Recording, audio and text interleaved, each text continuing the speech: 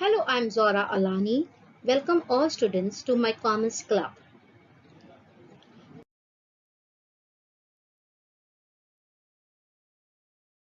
Today we are starting investment chapter, which is under TYBCom and TYBCom. We will do this chapter according to the Accounting Standard 13. So students, according to Accounting Standard 13, this chapter needs to be recorded in a personalized transaction. Personalized transaction means what? Let us take an example for that. Okay, Ram purchased 160 debentures in Masses Reliance Company. So you need to record transaction in ledger of Mr. Ram, not in a company name. I'm repeating once again to you that whenever you make ledger and record all the transaction, you need to be record in the name of Mr. Ram, not in the company name. So students, let us start the journey of our chapter investment. In this chapter, there are two types of investment. One is fixed and another one is variable. The word itself tells you what you mean by fixed. When you invest in a particular company, you will get the written in the fixed form. And when you invest in a form of variable, you will get the written in the form of variable.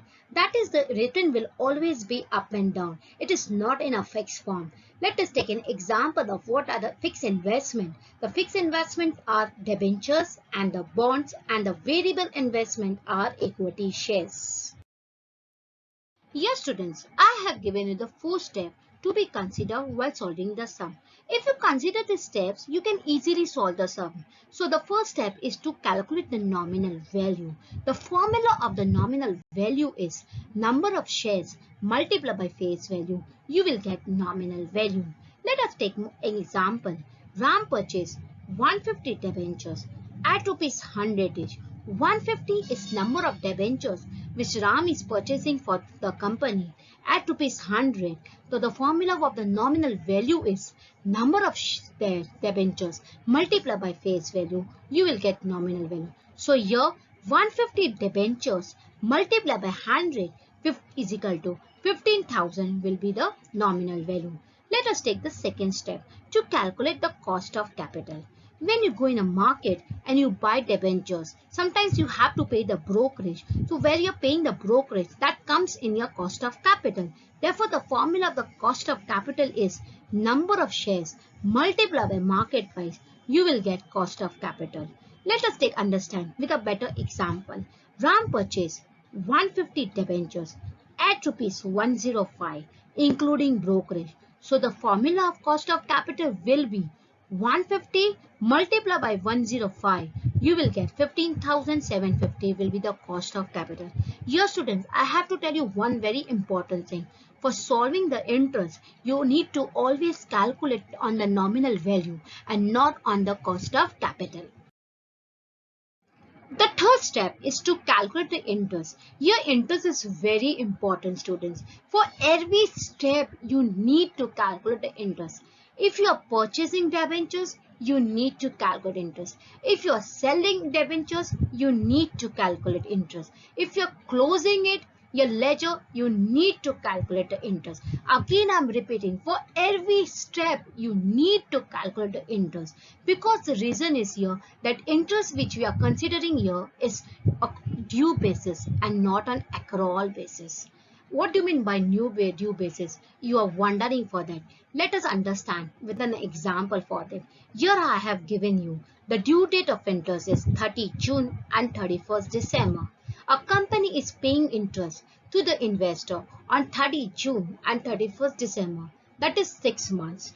Here 30 June and 31st December, a company is paying interest to the investor. Suppose Mr. A purchased 100 debentures on 1st April. So according to the due basis, you need to calculate the interest. As previously I told you, for purchasing also you need to calculate the interest. So you will compare it. Last due date was 31st December. That means 31st December, the company has already paid the interest to the previous investor. And now Mr. A has purchased the debentures on 1st April. That is, the company has to pay the interest to Mr. A for January, February and March. because of due basis. Again, I'm repeating. Okay, because of due basis, the company has to pay the interest for the 3 months, that is January, February and March. Now let us take how to know calculate the interest. Very important point. The working note I have given you how to calculate the interest and have taken an example to you to get more better idea to calculate the interest. Here I have taken due date of interest is 30 June and 31st December. Let us take an example. Mr. A purchased 10% debentures.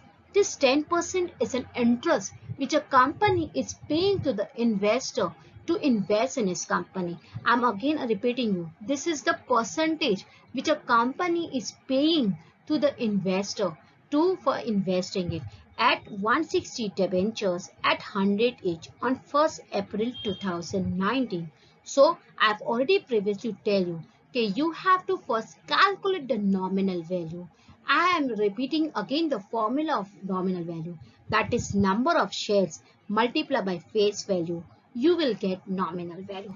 That is number of debentures is here 160 and face value is 100. That is 16,000 is your nominal value. Now take a note, student, here. Very important note I am giving you. Always calculate the interest on nominal value. Here most of the students do mistake here. They become confused. Sometimes they calculate the interest on cost of capital and sometimes on the nominal value. Again, I'm giving you a note that always calculate on nominal value, not on cost of capital. So the formula for the interest will be nominal value multiplied by the percentage, that is 10 upon 100 into 3 divided by 12. Now you will wondering how the 3 came. As I have teach you in a previous one, that is, okay, interest is calculated on due basis and not on accrual basis. The company due date is here 30 June and 31st December.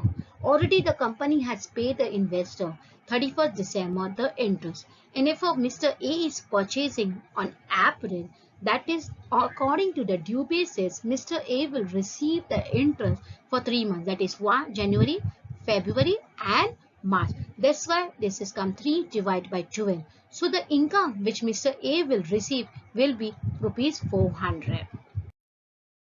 So student, thank you. In the next lecture, I will continue with the interest part and then more practical sum. If you like this lecture, please subscribe and like. Thank you. Take care. Bye.